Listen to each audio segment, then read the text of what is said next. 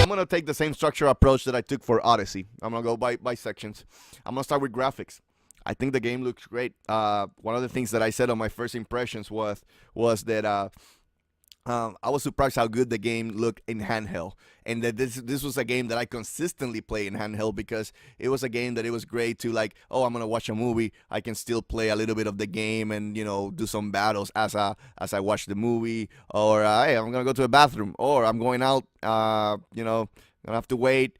A work lunch break at work also take it here and there, and then you can enjoy it in small sections. But the screen looked great, the graphics look great in portable, and I think they built this world that is so distinct with the Rabbids and Mario universe uniting that it vibrates in the screen, and again, the screen from the Switch is a good screen, and you see it when you play it. Now, at one time I did say that I was so surprised when I dug the game how the game look in TV mode, right? Because again, I played it so much in handheld, and in TV mode, Caliones corrected me. I thought the game looked 1080p, and Caliones said no, it's 900p only. I was like, oh wow, really? Because the game looked really well in TV mode. So it's one of the things that I think aesthetics goes a long way for graphics. So I think the game looks great. So I'm gonna say graphics. Game looks beautiful, and again, the engine is built, so I could see Mario and Rabbids 2 looking the same or even improving in this engine in the next game.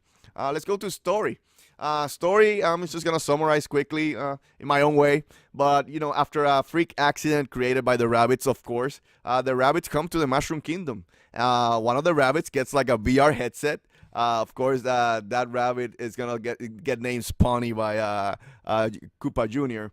But then once he gets that VR headset, he starts transforming everything in the world of Mario. But also, it basically creates an unbalance in the force for Mario in the Mushroom Kingdom. So the Gamos come together and take Spawny away from Bowser Jr., so they can bring balance again to the Force and beat, of course, Bowser Jr. and rescue Spawny, and so the Rabbids can go back home, I guess, in a sense.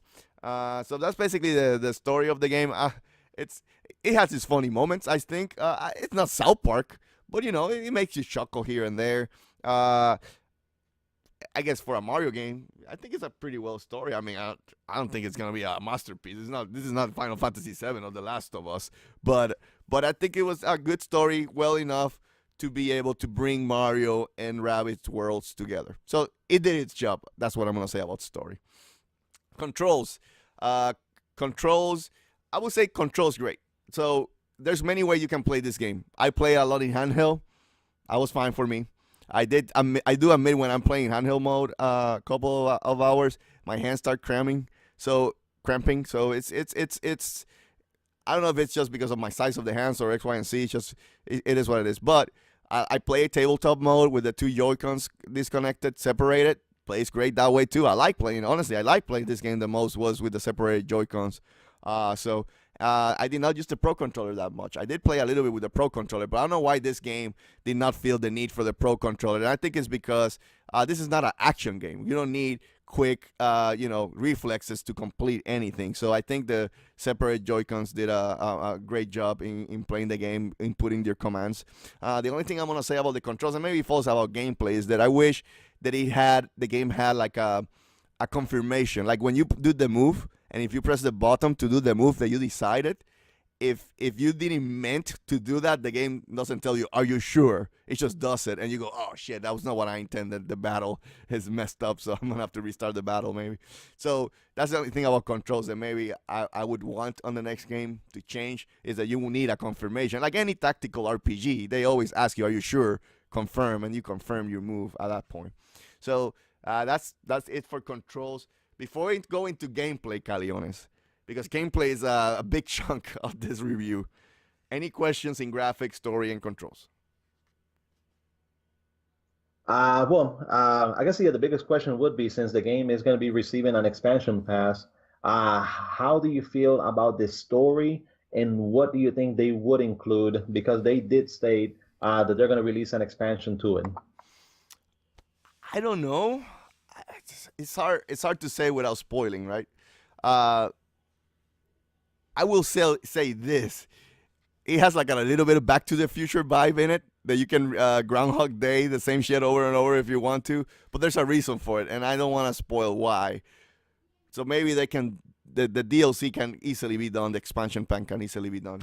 Am I playing the expansion pack? I don't think so. I'm honestly I'm kind of done with the game. I think the if it's a part 2 where it's a whole new story, full new worlds and stuff like that, I'm in. But not right now for the expansion pack. I think I'm really just done with the game. I want to move on to other stuff. But I think there's ways that the expansion pack adding story can make sense in this game. In its own way, can make sense. I just don't want to spoil the story. So, any other questions, Caliones, before I move to gameplay? Well, no, I mean, you can go ahead and move on to gameplay, and we'll continue with that one. Really want to know about that one, especially since you're one that likes to master different ways of playing the game. So, how you like this one? Yep. So, and I'll touch on that because now we're going to gameplay, right? I think gameplay, it's interesting because the game is kind of split in two. You basically do 70% of your time you're just fighting in grids and trying to, tactically defeat the enemies. But like 30% of it, you are exploring. You're finding chests. You're, doing puzzles. And on World 4, there's some nasty puzzles out there. I'm telling you, I was like, fuck this. But the game is tough. And that's fine. That's, once in a while Nintendo, and it wasn't Nintendo, it was Ubisoft, but it was still with Nintendo IPs and with Nintendo's blessing, they make a really good game. And they really make a challenging game. And that's where Nintendo sometimes misses from their own games, right? So I am happy that we're seeing some good challenge in this game. To clarify, this game is not easy. You really need to understand the battle system. It's kind of like an RPG in that sense. You really want to understand the battle system. And I like the strategic of that. So let me go then now to battles. Before you go into battles, you start the grid and you see the monsters. They present you what you have. You can use tactic cam to see the whole field and then analyze where all the monsters are, or the rabbits, the evil rabbits. And then you decide how to attack, because a rabbit that is in a mountain really can hurt you because he has the upper position from you, right? So how do you gonna get up there to find him? You can do a team jump to jump into that rabbit directly and then attack him from the same playing field, right? So you have to play with the elevation of the grid, how you're gonna attack it. You also can think about, okay, Mario has what they call Mario side. I don't remember the exact name, but hero side. Sorry, and hero side basically means if any character moves, Mario shoots him. So it's extra shots. So you really want to maybe get that power up as soon as possible, to lower the cooldown period and stuff like that, because that's a good power up, right? And then you're thinking, oh, this rabbit's in front of me. They like to move a lot and jump. Mario hero side would be great for this. Or you can take Luigi. Luigi is kind of like your sniper in the team, right? Luigi has low health, but he shots from afar. And he got Luigi sights, which is he shots 3 times. So he's just sniping. He's just defending. And then you can use Luigi in the back to like cover for you other guys while you infiltrate with the other 2 going in to try to set up your other characters to attack, right? Mario Hammer does a lot of damage, or Rabbit Mario does a lot of damage with the hammer. So that's where you put your offensive juggernauts in there, and you have let Luigi in the back just scoping people. But at the same time, you can have an offensive team. You can say, screw tactics. I'm going to go all in, kind of like I did that a lot at the end, because my team was mostly composed of Rabbit Luigi, Rabbit Mario, and Mario. And the reason for that is with Rabbit Luigi, I did not need a healer because he put a status effect on characters that if you hit him, it would be put vampire on them. And what vampire is when other characters attack that character, you would get health back. So you basically sucking health out of that character. And Rabbit Luigi can do a slide, and each slide impacts and adds that effect to the enemy. So again, that's a good way to get health back without needing a consistent healer in the game. And then Mario and Mario Rabbit are strong attack characters. So those characters specifically, that you're gonna be hitting hard. So you just need how you find a way to keep the health up, and that's where Rabbit Luigi comes in. But then Luigi was great in sections where you're possibly doing some escorting, because Luigi has so much vision, he can hit from way farther than any character in the game. Like he could do 20 squares down, and Luigi can still shoot and hit that character, right? So that's how that's how you strategically can pull characters in and out in the game depending on the situation, right? But here's the beauty: you can start a battle, you struggle, and you say, "This is not working out." You can then go back to the menu screen, go to the skills, and then reset the skills, and you can then select, okay, I think with this battle it's better to have this skills on than this ones, because you're not going to get all the skills open. You have to play with those skills. Now later in the game, once the game you've done most of it, you're going to get all the skills anyway, or most of them. So it becomes the battle system really opens, because now you can use whatever tactics you can do on the fly when you're fighting the evil rabbits. So that's the beauty of it. At first, I do admit that at first just playing with and just going back and changing the skills, a lot of people like that, right? I wish there was more open, to have all the skills open so I can do whatever strategy on the fly in my mind. But that's also part of the challenge, right? It's like any game, any RPG game, you're building the skills, right? And then as you get stronger, then you can add more strategy to it. So that's normal. The thing is that this is good from the game, is that they allowed you to go and change those skills in the fight, or in the fight before the fight starts, in case you struggle with it, and you can restart the fight and then change those skills and say, no, I think this is gonna do better, X, Y, and Z. Bosses. There was one boss here. I'm not gonna say, but I'm gonna say is World 3. One of the best boss fights of all time. It was, dude, I had such fun with that boss fight. The way that character interacted with you during the fight, even when you take him down in the first 2 stages or phases of the fight, he did something funny there that I was like, oh, this is awesome. So there's a lot of creativeness in this game with boss fights, and they're challenging. Again, to clarify, they are gonna be challenging. I barely, even when having most of my skills open, when I fought the last boss fight, I'm not gonna say who.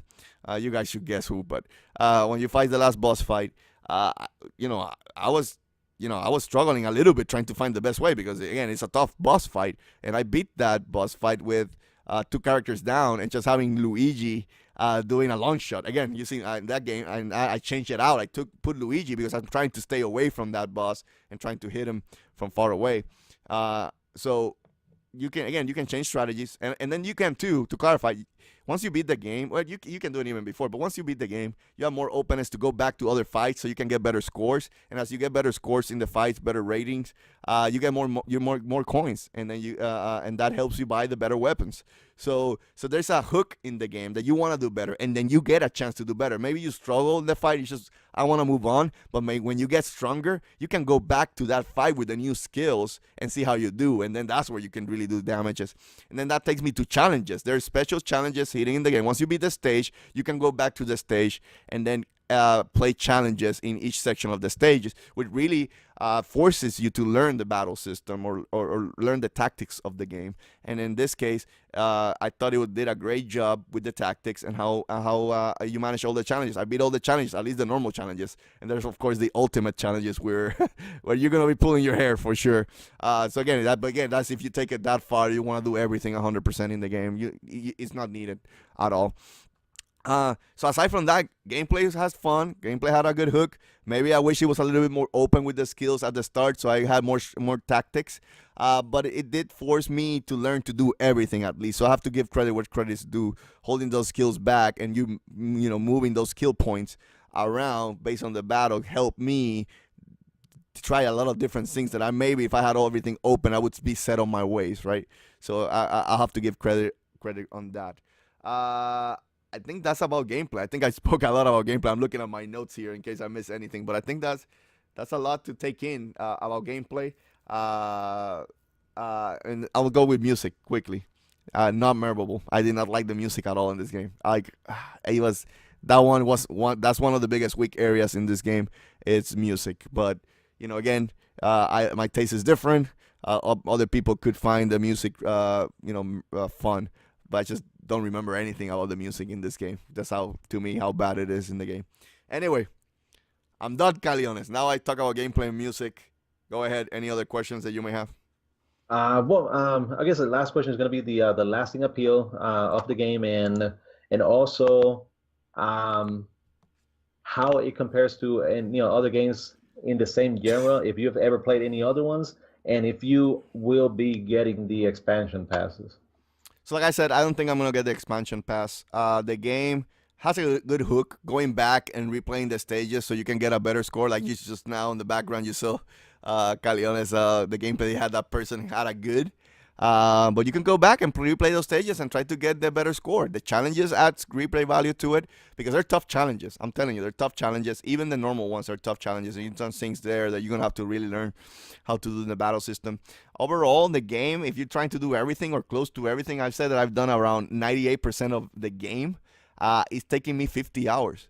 Again, good value for the package. $60 got me $50 of enjoyment in the game. Yeah, it took me a while to do because again, this game was not meant to be like I'm playing it all the time because the game can get frustrating. Again, it's challenging. For a casual gamer, I don't think this is the game for them. This game is gonna get frustrating, and sometimes you're just gonna have to step back and say, "Look, I don't want to play right now. I'll get back to it." And then you start thinking about better strategies and stuff like that. When you come back to it, you come back better. So the game is not for everyone. Admittedly, I play other games like this? I've never been a huge tactical fan. I prefer more, normal RPGs, turn-based. I like the tactics there, but not. I never was a fan of Final Fantasy Tactics. Even though I was a huge Final Fantasy fan, I played Final Fantasy Tactics, and I was like, okay, fine. I just did not like it that much. I just, when you're so busy in your life, micromanaging every little aspect in a game kind of frustrates you because myself, as you know, in my position, I not micromanage my team, but I do have to micromanage all the issues that happens. So it is tough to you need to micromanage that and just when you want to get home, you just don't want to you want to turn your brain off a little bit since I'm doing so much troubleshooting and problem solving in my work. It's good in that way. I don't mind strategic in RPGs. There's some customization. I love Xenoblade, you know that, and there's customization in that game, and the new one is gonna have some customization there. But I am more of a guy that I prefer even on RPGs. I prefer give me a set character. I don't want to be go creating a character.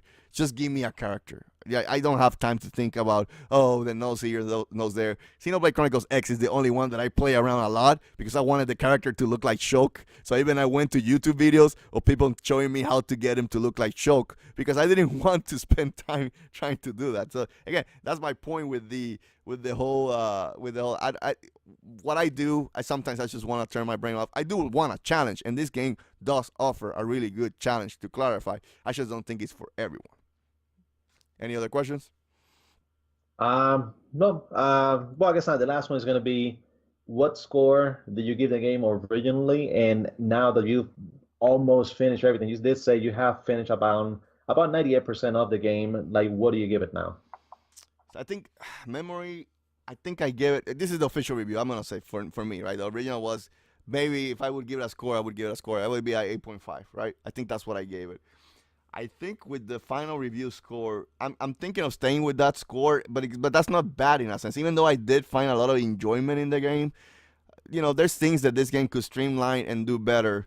The menu system could be a little bit more streamlined in the battle system. Well, and it is pretty streamlined, to clarify. I'm nitpicking now. I'm just saying I'm not a fan of this genre. So take that. If you're listening to this review, take that. I'm not a fan of this genre. If you find people that probably knows way better about this than I do. But as a non-fan, the highest praise I could give this game is that I finished the game and I went 98% and did everything in the game, close to everything in the game. So that to the game merits, Caliones. That is a pretty high praise, in my opinion, coming from me. So keeping that 8.5, I believe, is validated. At most, I would maybe do a 8.7. But I'll be fair, the music did not like it. That's a big thing. And there's gameplay aspects, like I said, about skills that I wish there was, there were more skills open sooner. But again, even those two things did not take away of the joy of this game and the fun that I had with this game and how good it was just to pick. This game was perfect for the handheld. So, with that said, with that discussion, I think my final score is going to be 8.7. Excuse me, 8.5. 8.5, people. 8.5. I think that falls in line with the Metacritic. Let me see what the Metacritic of this game is. Do you have it around there somewhere, Caliones? No, I don't currently have it open. Let's see what it is compared to the others. Yeah, let me go quickly here. Oh, 85 on Metacritic, 85. So, uh, great game, 85. Another good Metacritic score. I'm in line with that Metacritic, 8.5. Game is solid. It's really solid. It's really a good game, and it just shows you the great year that the Switch has had for the first year. Again, Breath of the Wild, Mario Odyssey, Mario and Rabbids, and of course now the Xenoblade Chronicles. And I know Calinos is going to add Splatoon 2 to that mix.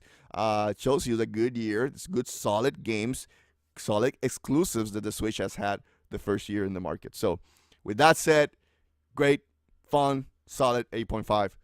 And I'm done with that, Calianes. I think we should be ending the show because we're an hour and 15 minutes in already.